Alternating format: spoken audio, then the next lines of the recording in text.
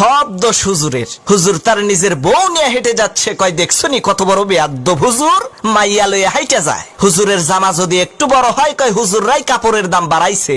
ছোট হইলে কয় টেডি হুজুর, পেট বড় হইলে কয় পরের বাড়ি খাইতে খাইতে পেটটারে জাহান্নামের তাগাড়ি বানাইছে। চিকন চাকন শুকনা হইলে কয় মাদ্রাসায় পড়ে লাভ কি, এরা তো খাইতেও পারে না। দাওয়াত খাইতে যাইয়া একটু বেশি খাইলে কয় হুজুররা পরের খাওয়ান পাইলে এইরকম একটু বেশি খায়। কম খাইলে কয় হুজুর আজকে আর কয় জায়গা দাওয়াত আছে।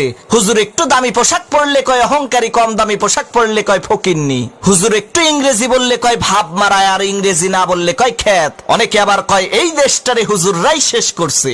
অমুসলমান, কুত্তা মরে, ছাগল মরে, বিড়াল মরে, জানাজা হয় না। এই বাংলার জমিনে যদি ওলামা একরাম না থাকতো, তোমার মরণটাও কুত্তার মতো জানাজা ছাড়া হইতো।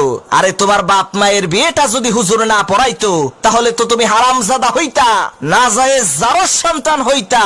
তোমারে তো সহি ভাবে পয়দা করার ক্ষেত্রে হুজুরের অবদান আছে।